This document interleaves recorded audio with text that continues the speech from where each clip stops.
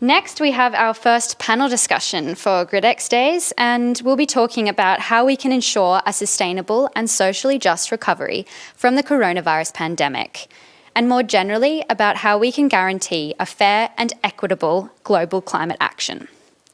Taking part in the panel today, we have Tristan Foerster, who has been the co-CEO of ClimatePartner for over a decade, supporting companies in their commitment to fight global warming. ClimatePartner aims to enable a climate-neutral product in every shopping cart. Before this, Tristan gained experience in strategy consulting at Roland Berger and founded several digital companies. Thanks for joining us today, Tristan. Thank you very much, Greta. Happy to be here. Great. And as you can see, alongside Tristan, we also have Dr. Barbara Saerbeck, who works as a project manager for key questions at Agora Energiewende, focusing on the electricity grid, buildings, and the transition to sustainable heating. Previously, she analysed the German electricity, gas, and heat markets at the Federation of German Consumer Advocacy Organisation. Thank you for joining us, Barbara. Thank you. And finally, we have Thomas Flochel, who is a senior energy economist at the World Bank, joining us today from Washington. He has a PhD in economics and currently leads SMAP's utilities for the Energy Transition Program and supports team projects in Sub-Saharan Africa, North Africa, and Latin America, advising utilities and regulators on the deployment of renewables and digital technologies. He also leads World Bank investment projects in the Democratic Republic of Congo. Thank you for joining us, Thomas. Thank you. Good morning, good afternoon, everyone. Okay, so taking away our first question, Tristan. As the world struggles to overcome many of the challenges posed by the COVID-19 pandemic, is it possible to align economic recovery with the net zero pathway? Absolutely, Greta. I do believe so. It's what we've been experiencing with our customers in the past, especially customers coming from, let's say, essential economies that were actually quite thriving during the pandemic, that somehow the pandemic has initiated a change of thinking also towards climate action. That it's showing that a lot of large businesses in the food, retail, consumer goods area are actually stepping on the gas to take climate action and actually to come out of this pandemic much stronger and much greener. We see it in, of course, other industries that were hit by the pandemic quite strongly, like, let's say, travel industry, airline industries. That's going to be a little bit more difficult because as soon as people travel again, the emissions will go up straight away. But the awareness is there, the willingness is there. And I think it comes a bit from the topic about the pandemic. The pandemic has shown that we can only solve this worldwide problem in a collaborative way across the world, with different countries working together to solve a problem that did not have a solution at the beginning. And this same thing accounts for climate change, because climate change will be the much higher impact than the pandemic has given in the past 24 months, and then we see. So we have to solve this problem of climate change together as a global effort. And maybe it's a proof from the pandemic we can solve global problems, that we take this along in our minds to solve global problems of climate change together as well. And Barbara, what do you think will be the key tools or levers to enable an aligned recovery? I do agree with you, Tristan, that it's a really way to fasten the green Energiewende, so to speak, and it's possible to do so because, let's face it, even before COVID, like 2019, the world was already hurtling towards the climate crisis. So I do think one has to look at the short and long-term goals, and see it as a possibility and an opportunity to launch a clean industry transition for one. As an example. So it is the time to accelerate renewable investments as a way of breaking out of a series of European impasses. If you look at the European context, for example, and to stay with the European example, like there's an historic EU budget of 1.8 something trillion euro. And this offers plenty of opportunities for green investments into the power, transport, building, and industrial sectors. And so, of course, you have to make sure that it's not only short term, but that the money actually goes into renewable energy, smart grids, and energy efficient projects around the world. And Thomas, what's your take on the matter? Can you provide any examples of where countries have successfully achieved an aligned recovery? Thanks, Greta. I wanted to come back on the kind of the initial question, and I really like what the other panelists said. But I think, the challenges posed by COVID are really hard to overestimate. I mean, back a year ago, the World Bank forecast that the global economy would shrink about 5.2%. It would be the deepest recession since the Second World War. And job loss has been immense. Billions of jobs have been under threat, with 4 out of 5 people in the global workforce affected by full or partial workplace closures. And obviously, there's been the huge health costs and personal loss. So this is given rise to a huge financial stimulus to build back better, as we say, after COVID. And given the nature of the crisis, I think these packages have had to focus on building resilience and on job creation. And in line with your question, I think, yes, it is possible to align this recovery with the net zero pathway.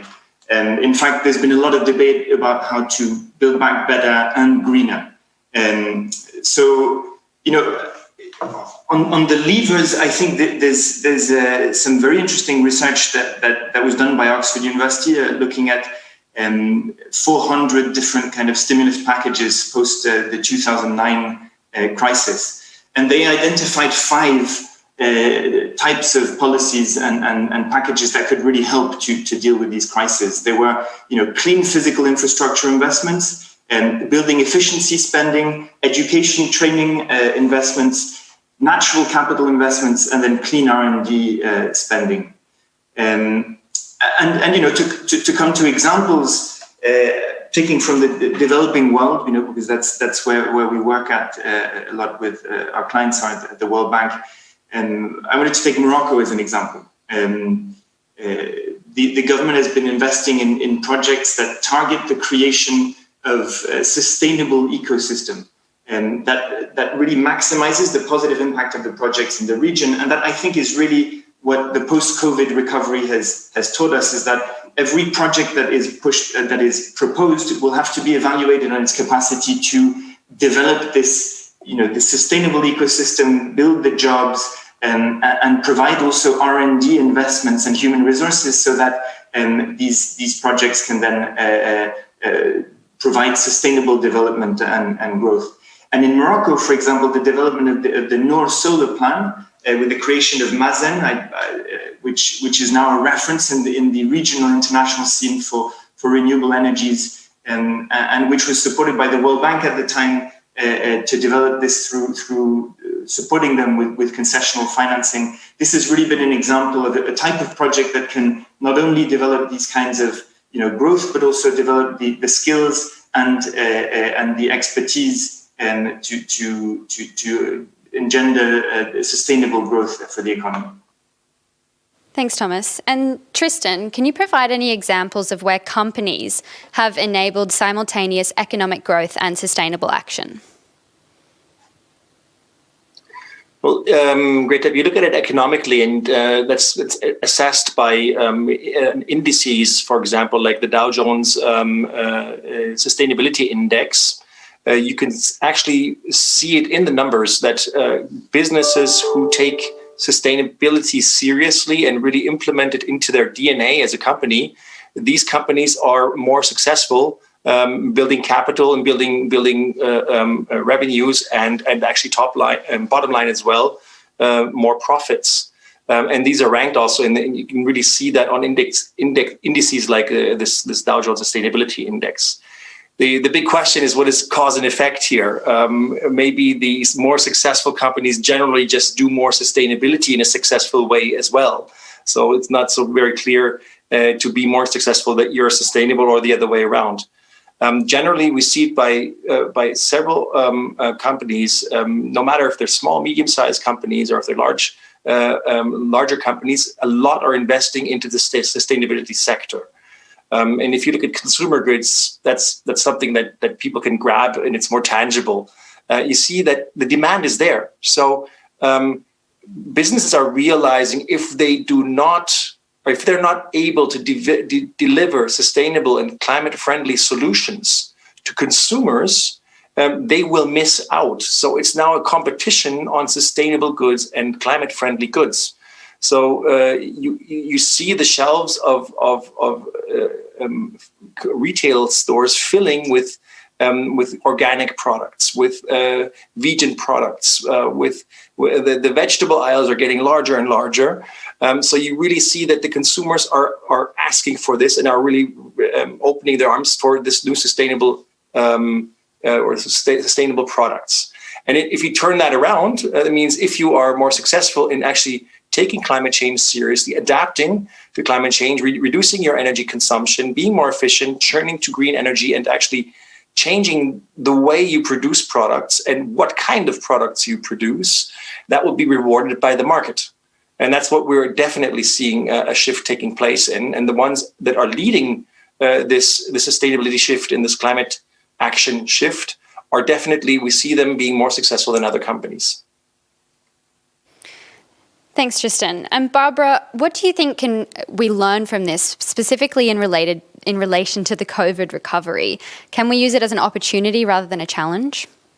Yes, we should use it as an opportunity, and we can do it. As Tristan and Thomas just pointed out, it's a huge chance for us to turn it around, so to speak, and to make sure that we combat climate change in a way. Just as an addition to Tristan, for example, in Germany, the German car industry is really eager for the German government to push the goal even further in order to, find a market, get the electricity mobility going and to set an example, so to speak. And in other countries, for example, there's a study from the Climate Policy Initiative and the Seoul National University analyzing COVID-19 recovery policies in South Korea and Indonesia. And they find for South Korea that it was able to address both economic and climate concerns through fiscal stimulus packages. And these policies and projects proposed in South Korea can be largely grouped into three categories. For example, the first one would be transitioning buildings and infrastructure into green. Secondly, the expansion of low carbon and distributed energy. And third, the green industrial innovation. So as you asked, what can we learn from this? It is possible. We need to take action, and we can take action, but make sure that we include specific targets, timelines, sectoral pathways, or plans to reduce emissions and stimulate economic recovery. And we moreover need to put specific attention to the given. We need to moreover put emphasis on creating enabling environments that attract private investments in the green transition plan, while also relieving the pressure on public spending. And yeah, exactly on that line of introducing emissions targets, Thomas, how fair do you think it is that countries have different emissions targets? And what needs to be taken into account? For example, level of development, available resources, proportion of emissions, to ensure that the targets are really fair?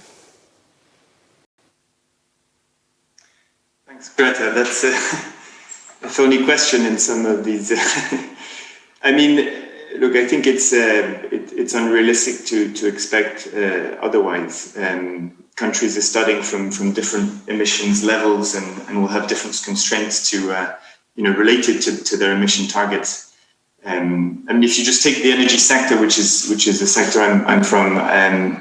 In terms of priorities for climate-focused action, they'll depend on the country context. So in high-emitting middle-income countries, key steps might include, retiring coal-fired power plants, replacing fossil fuels across the economy, removing market barriers for green technologies, and all of that while maintaining a just transition, so compensating potential losers and segments of society that might be worse off from this. For lower income countries, I think we're still working to provide energy access to all, and it's crucial that they invest in low carbon baseload capacity and renewable energy in order to provide for this. So Yeah, it's important, I think, to realize also that the bulk of the growth in global emissions in the coming decades is set to come from emerging and developing countries as they grow and industrialize and urbanize. So the trick is really to help those countries that have not yet built in these high emitting technologies to instead invest in cleaner technologies and thereby help them to be able to achieve more ambitious emission targets. Mm-hmm. And we've just had a few questions from the audience. Tristan, in the Dow Jones Sustainability Index, environmental reporting has a weight of just 3%. Should this be more emphasized? Absolutely. I believe that, and that's what's happening at the moment. If we're looking at ESG criteria, those are criteria by which investments can be taken in a sustainable way. So environmental, social, and governance criteria that make part of an investment decision. And these ESG criteria are growing as we're seeing this happening.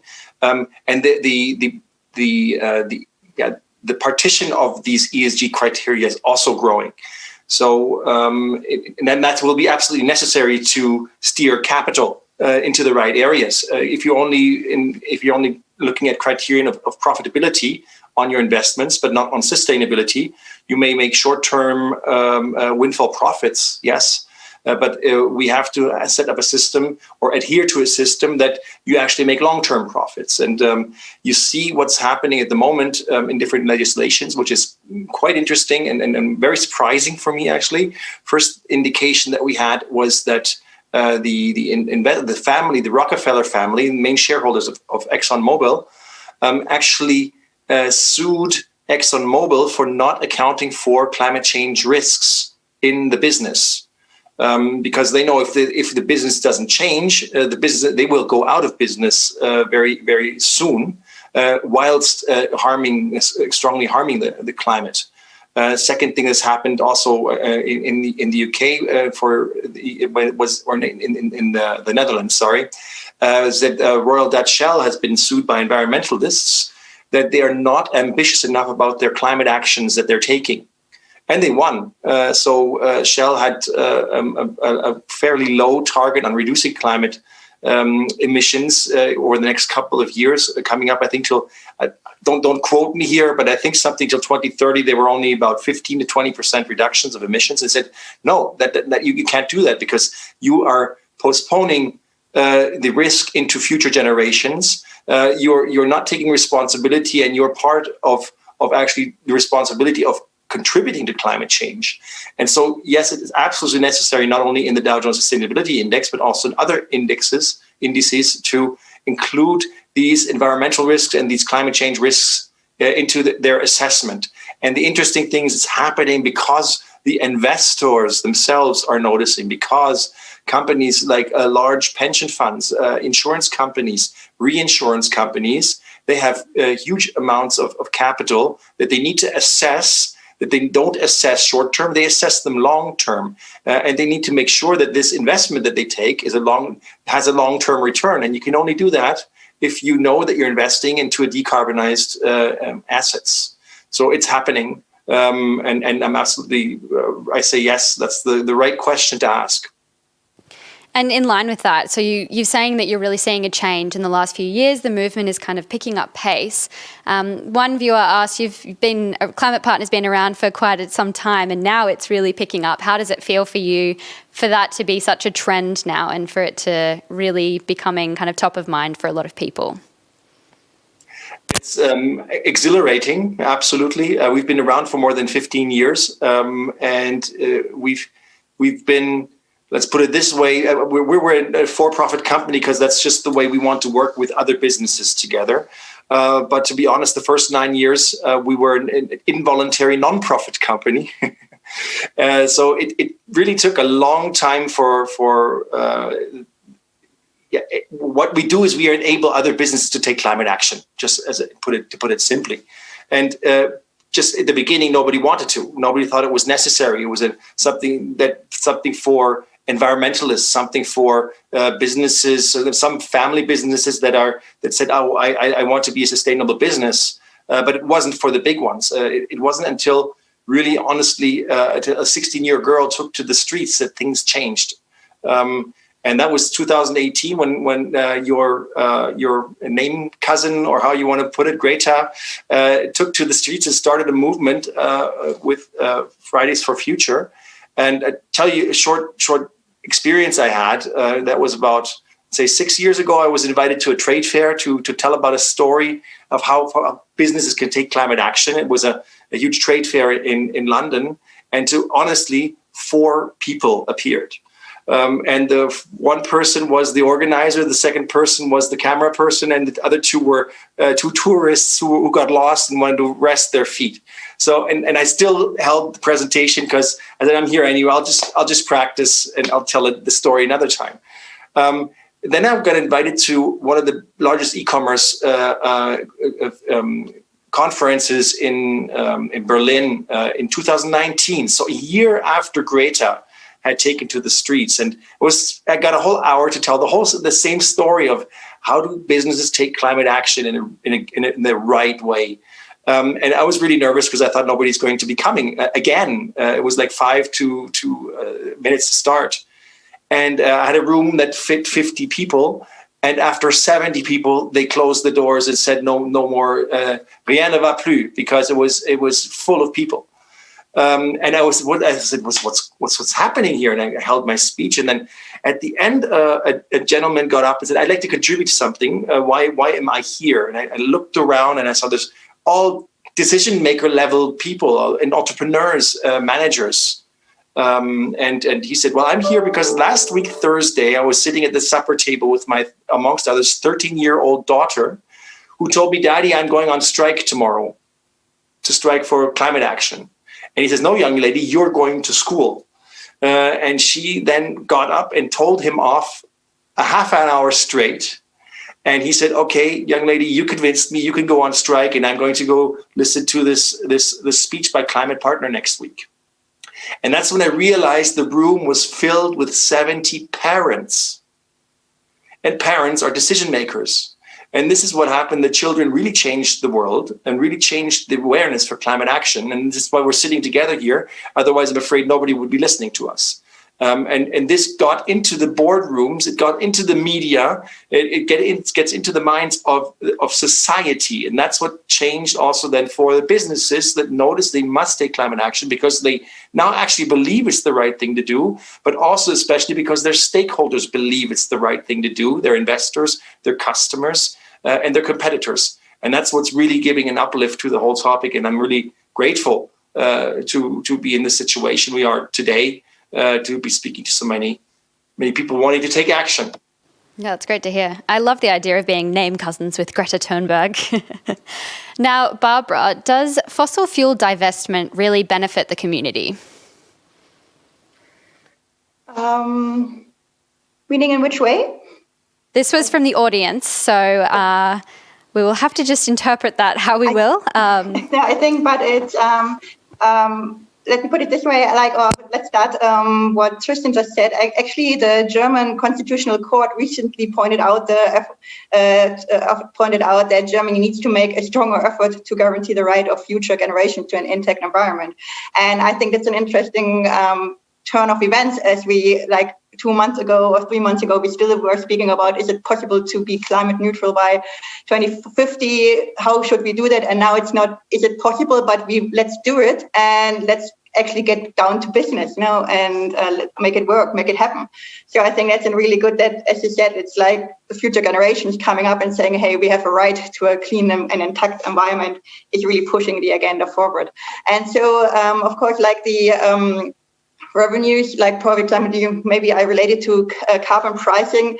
Yes, it needs to be diverted to other parts or structures. For example, as carbon pricing harnesses the power of private actors in changing their production, consumption, and investment decision. And therefore, it can play a central role in a broader strategy for cost-optimized mitigation efforts.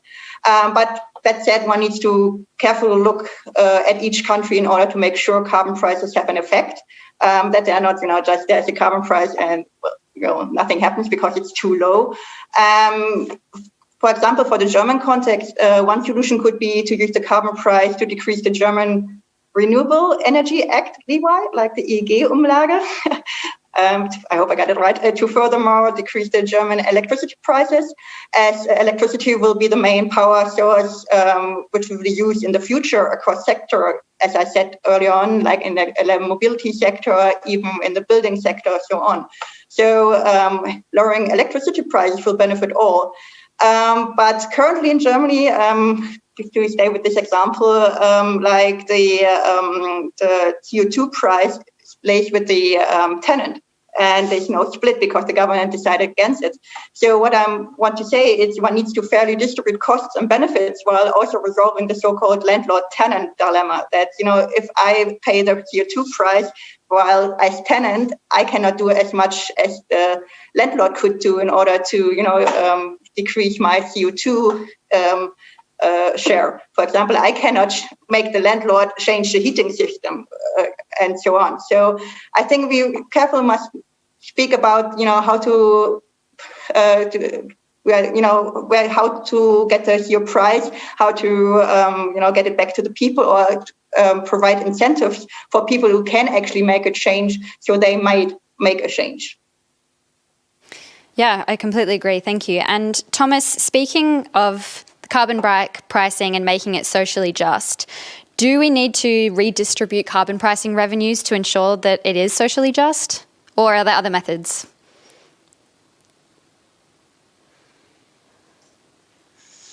Thanks, Greta. Yes, I mean, the short answer is absolutely we need to redistribute revenues from carbon pricing. I think it's important to realize that the energy transition is not just a technology and an economic transition, but it's a very political one. And any failure to recognize that would, result in huge backlash, as it has, in fact, in some countries. So, and I think our politicians are very aware of that. But what is important to get a measure of is the scale of investment that will be needed to help this transition happen in some countries, and particularly those countries that have invested a lot in highly emitting industries that are dependent on coal, for example, in the energy sector. The impacts, the economic impacts of the transition tend to be very concentrated on certain communities that could entirely lose not only their jobs, but their whole livelihood and in fact, the whole community itself. So measuring the scale of investment that will be needed at the public level, but also, from private investors to help operate that transition and create jobs for the people who are going to lose out from this. As well as the social safety nets that need to be in place to be able to help people during this transition is something that I think is very key. And in the developing country context, it's brought together some very different lines of work with governments that focusing purely on sort of energy sector issues and social protection. And we're realizing more and more that one of the key drivers of resilience in countries is the ability to weather shocks and to help poorer communities weather those shocks. And so a key part of this climate, the energy transition and the transition to a greener economies is to help these governments develop social safety nets that they can use to shelter populations that will be affected by either by climate shocks or by the energy transition itself. So yes, in long, that is, I believe, an essential part of the question. Yeah, exactly. Do you mind if I add to this carbon pricing? Absolutely. Because I think a lot of people aren't quite aware what carbon pricing actually means. It's like a topic that you always read in the news. Is what is carbon pricing and what's happening right now? Let's say in Europe on carbon pricing, we have two systems in Europe that are steering, or they're supposed to be steering investments into renewable energies. For example, like Barbara was talking about, the one system is for high energy businesses.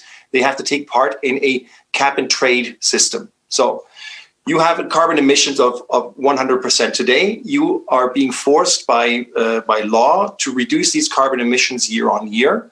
At the moment, it's about by 7.6% per year, so that we can get to net zero by 2050, which we need to get to.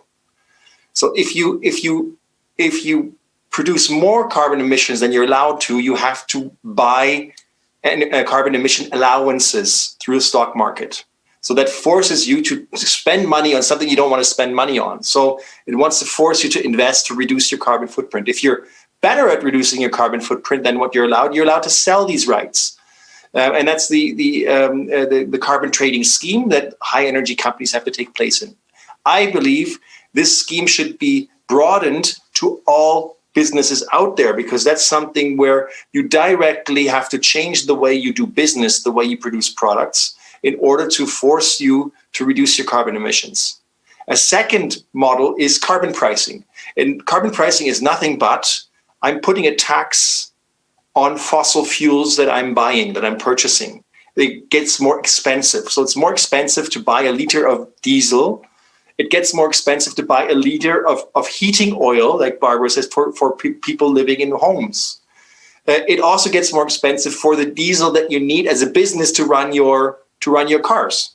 But it's only on the topic of where you're burning fossil fuels, right? The problem is, though, that you're directly, with the carbon price, directly impacting consumers, directly.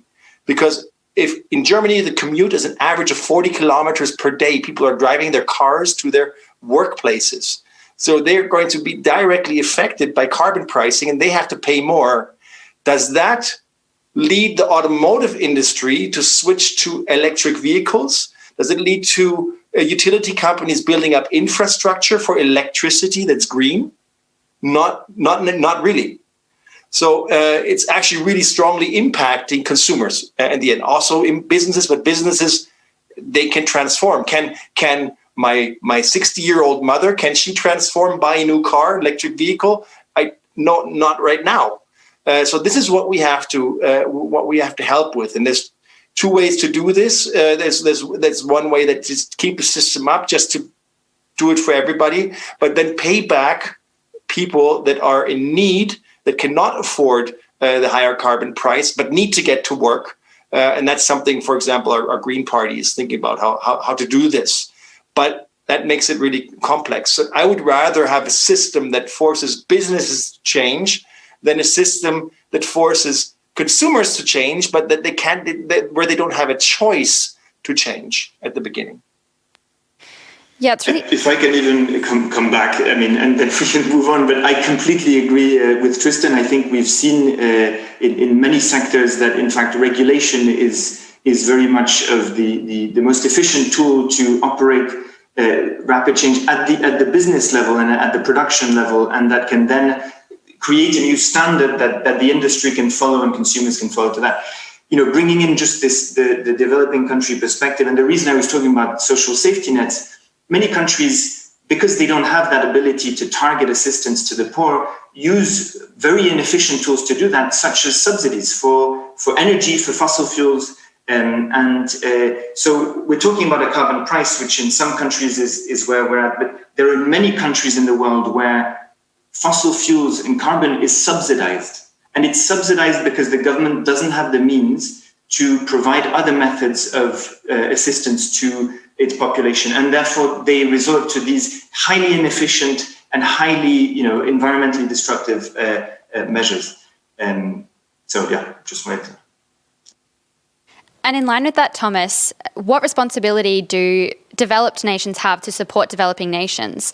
For example, at the G7 recently, the nations reaffirmed their goal to contribute $100 billion a year to climate finance for poorer countries, but this target wasn't met for the previous goal of 2020, in part due to the COVID-19 pandemic. Do you think this support is realistic and or enough?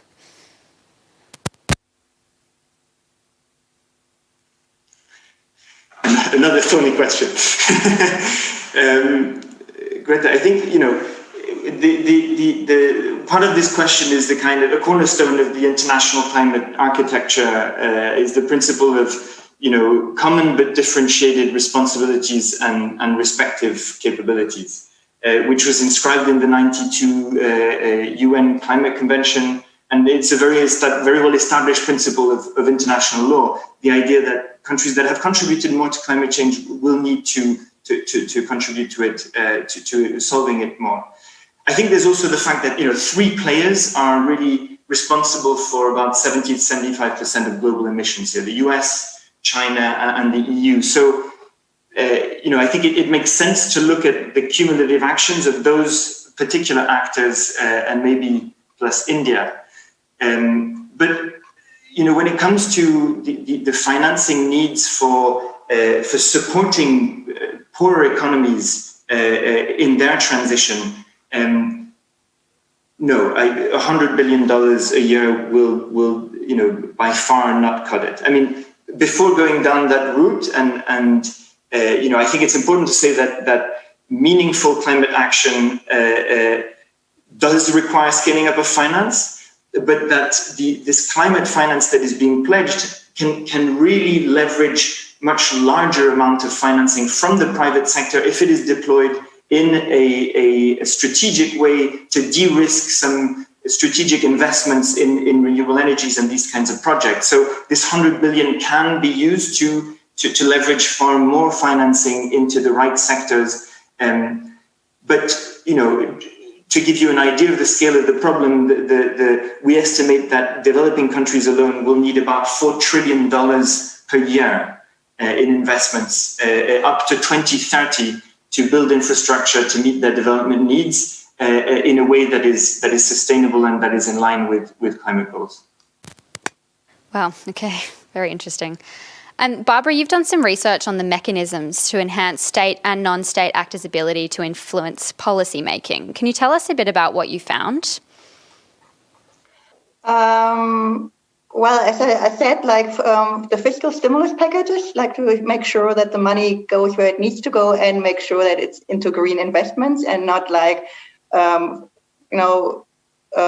support a sector or an instrument which is, where we know it's not working in the long run as it will be phased out anyway.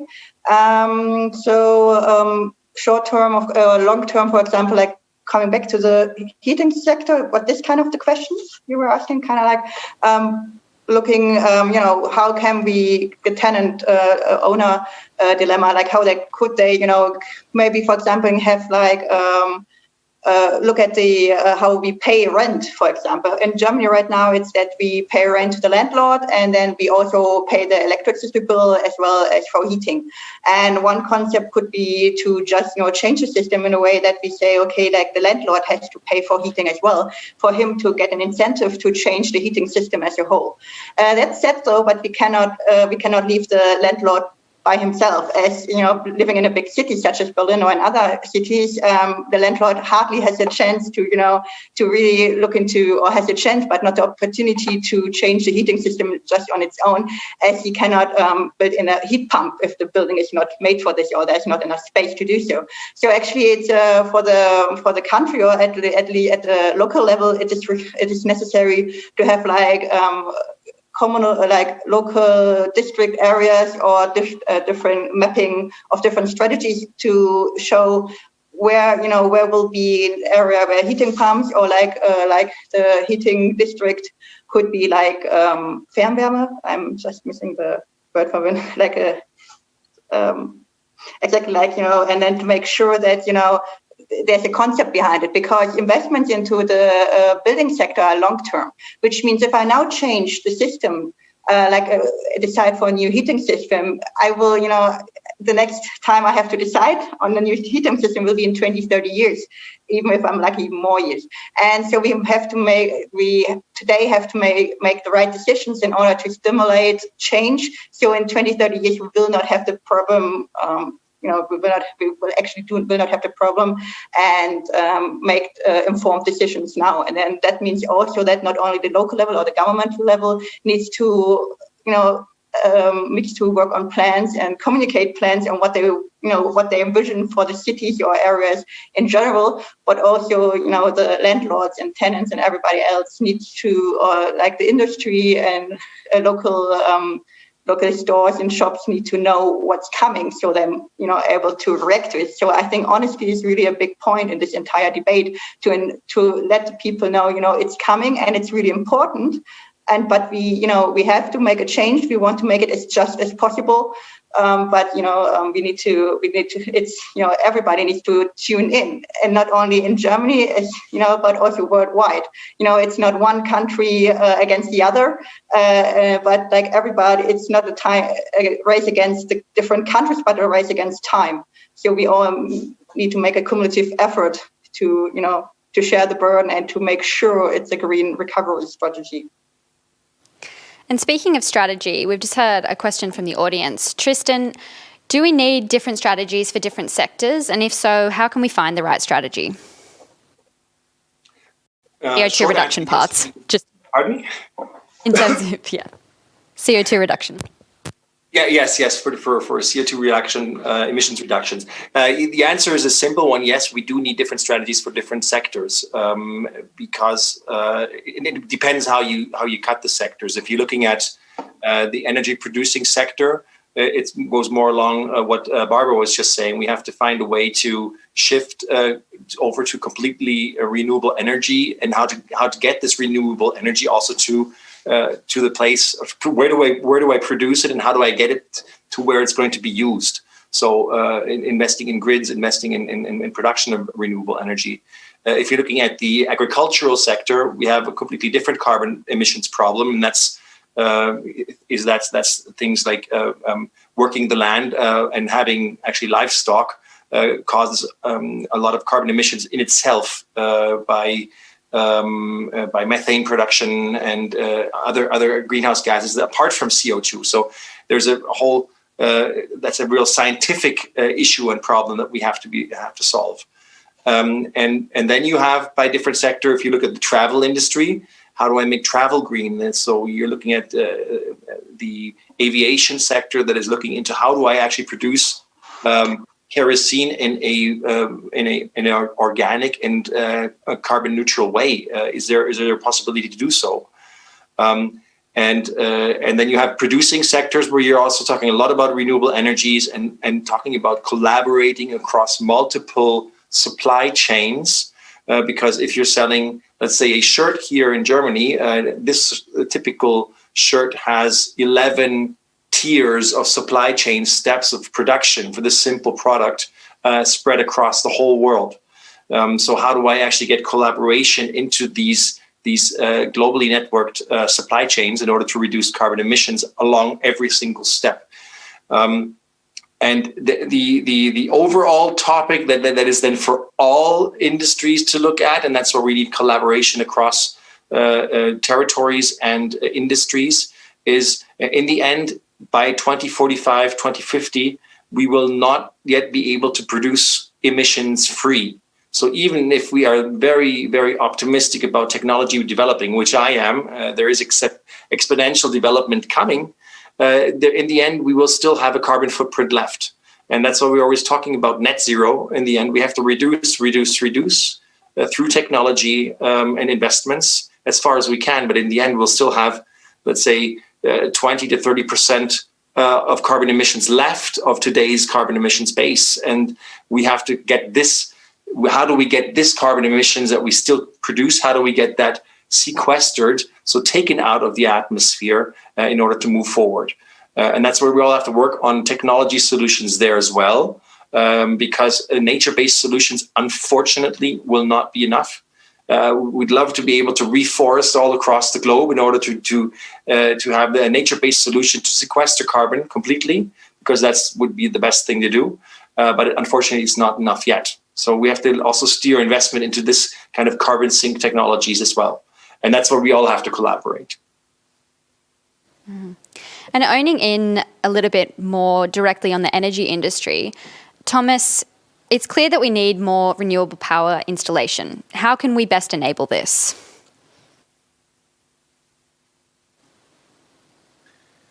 Yeah, thanks, Greta. Look, I mean, and kind of following up a little bit on Tristan, what Tristan was saying, and on that question. Yes, we need huge amounts of renewable energy investments in order to start decarbonizing the power sector. How to best enable this? Well, it depends a little bit on the context, obviously. So in some countries, renewable energy is, as a technology in itself, already the least cost solution for generation. But variable renewable energy, to integrate solar or wind onto the grid will require some grid investments in order to be able to manage a grid with more variable renewable power. So one of the ways in which we can help increase the investments in renewable energy is for public investment to go into reinforcing the grid and in order to allow it to be able to accommodate more flexibility resources. How do you do that? It can be through investments in transmission, or it can be through battery storage, and in fact also in relying more on distributed renewables in across your grid. And finally, also in investments in digitalization of grids, which can allow utilities to better appreciate and modulate demand and supply to ensure they're always in balance, following the variability of generation from renewables.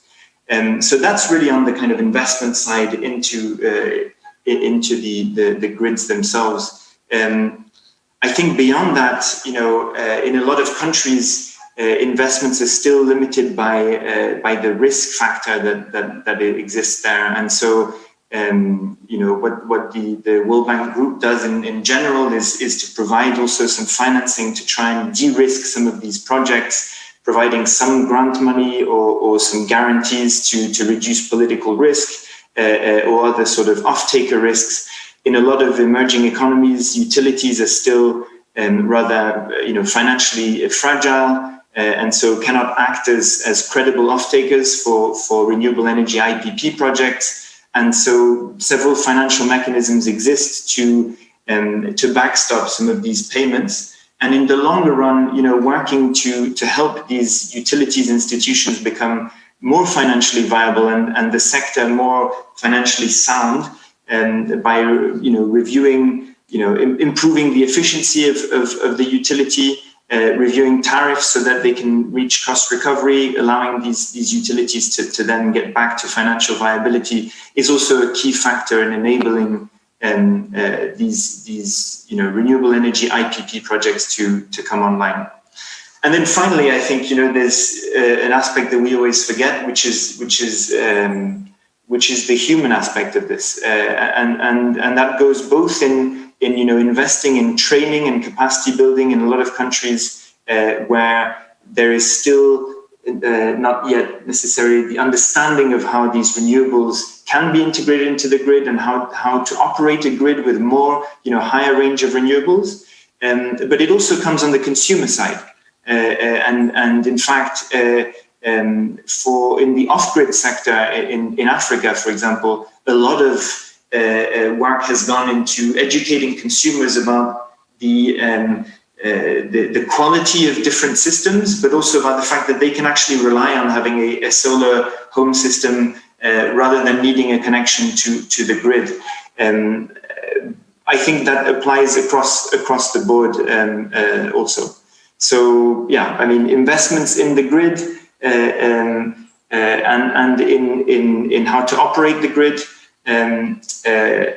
to build more flexibility to take on more variable renewables. I think financing instruments to de-risk investments, investing in institutions and in the utilities to help them come back into financial viability and be credible off-takers. And then finally, the human aspect and investing in that capacity building. Those are a few kind of areas, I think. Thanks, Thomas. And another viewer has asked, simply hoping for change won't do enough. Barbara, how do you think we can ensure global climate action reaches the goals that we need to within the necessary timescale? Thank you. I do believe too, it's not only, we need more than hope. Of course, we need hope to make sure that it works, but we need to make sure that the countries follow their pledges, especially COP26 coming up in Glasgow this November, like a conference of parties of the United Nations Convention on Climate Change, to make sure that they meet the goals they actually pledged like a couple of years ago, or they're discussing right now. That said, and they, for example, money-wise, we just mentioned it already, like the United Nations has estimated that there needs to be $2.5 trillion for a rescue package, and even more, that this is needed to help the world's emerging economies cope with the pandemic and its consequences. And as we discussed earlier today, make sure it goes into clean and green investments. So financial stimulus, and also make sure that they, follow suit and have like timelines, etc. All the things I already mentioned. But for example, I want to take an example. For example, Turkey, like the European Green Deal. There's like that EU plans to impose a carbon border tax on imports, but the EU is Turkey's largest trading partner. And this year, Turkey aims to pass its first climate law, which is a huge success. And so the post-COVID recovery is a crucial opportunity for Turkey to develop its own plan for transforming its energy system in line with new climate goals that it will develop, and for accelerating efforts for establishing a carbon pricing system within Turkey, for example. So, state and Europe can, make an impact by, just showing that it's possible by setting up goals by themselves, and not only for Europe, as we heard earlier, to make sure that we cut the carbon, but also, with the carbon border tax on imports, showing the world, hey, we do really care, and you need to change as well, to make sure that it's it's working. So if money, of course, always helps, I think. Then capacity development, going into countries which are not really able to make the changes by themselves, going on the ground, looking and working with organizations who are willing to make a change and are able to, feed in the policy processes of the given country. That will really help, like capacity development, not only capacity building, but look what's already there. And then make sure, that we transfer our knowledge, which we might gain in Germany already. We have gained in Germany already, to make sure that they profit from this knowledge as well, to actually make a change and show them it's possible. Because if we do not, as rather rich countries are able to do so, why would others, follow our path? If we are actually the most ones emitting CO2. So I think it's a mix of everything, but hope does help, of course, but it's not enough. Yeah, naturally. And Tristan, another viewer asked, do you think that the best-in-class approach will offer enough incentive to change the whole market? That has a bit to do with my personal belief, and I think yes, it does, because one reason why we founded ClimatePartner so many years ago was because we did not. We were seeing that regulation is not enough, or regulation is not fast enough to actually move the economy and businesses to change their behavior, or to move consumers to change their behaviors. That's why we said, well, let's set up a system where businesses can take climate action on a voluntary basis. And let's believe in the market mechanisms behind it, because if you are best in class in moving forward and taking climate action, this will be hopefully potentially rewarded by consumers or by customers, no matter if it's consumers or other companies, actually buying products from you because you're best in class in taking climate action. Thank God this has really proven to be right.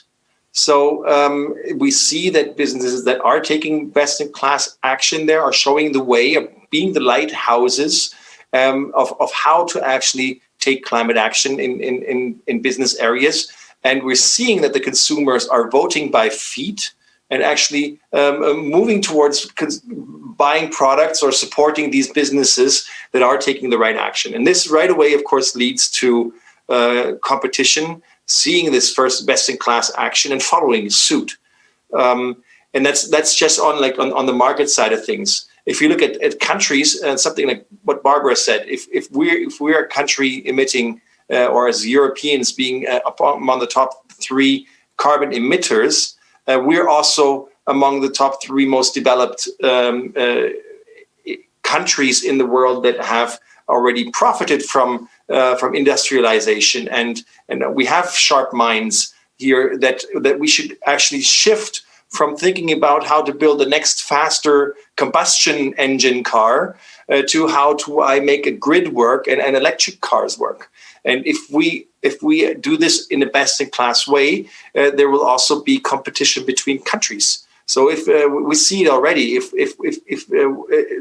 one single business in the US in the automotive industry, Tesla, has changed the way the whole German automotive industry and the whole world automotive industry thinks about electric vehicles.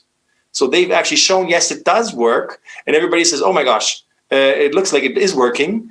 And so we have to change now too. And it had actually led to a domino effect into whole industries, into whole global industries across different countries. So I think it is a very good instrument to go down this path.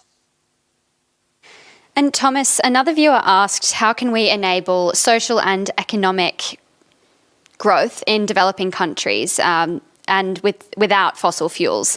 And alongside this, do you think developing countries are able to leapfrog technologies and, not use outdated technologies and go straight to the more innovative solutions? Yeah, absolutely. I think not only can we help developing countries develop and grow without relying on fossil fuels, I think we should. And not just because it's good for the for the world and for the climate, but also because I think that I think someone earlier on was talking about short-term gains from investments in projects that might make sense today. The risks tied to those projects in terms of becoming stranded assets in the future are now very real. And in fact, we're seeing that a lot of countries that need to rely on the market to invest in, say, coal power plants are really struggling to find financiers that will back those projects, because it just doesn't make sense. I mean, in terms of the risks that these projects are exposed to in the future. So I think it's entirely possible, and in fact, it's the way that things are going. We're seeing that now. Having said that, it's not that simple, and maybe one of the aspects that I didn't answer to in the previous question on investing in renewables.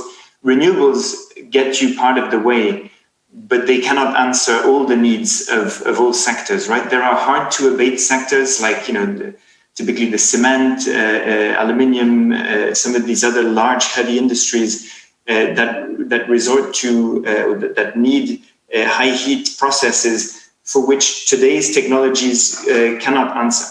And renewable energy cannot provide today a commercial solution to those needs. So I think one way, obviously, of supporting this transition in these developing countries is to help orient these projects and help support strategies for development of their energy sector that are future-looking and oriented towards renewables. And another way will be, and this is a problem we're all facing in developing and developed countries, but will be investing in research and development for these other sectors that are today hard to abate and that do not have commercially viable solutions. I think I'll stop there. Unfortunately, we're almost out of time, but if you'd like to say some really brief parting words or main takeaway from today's session, starting with Barbara.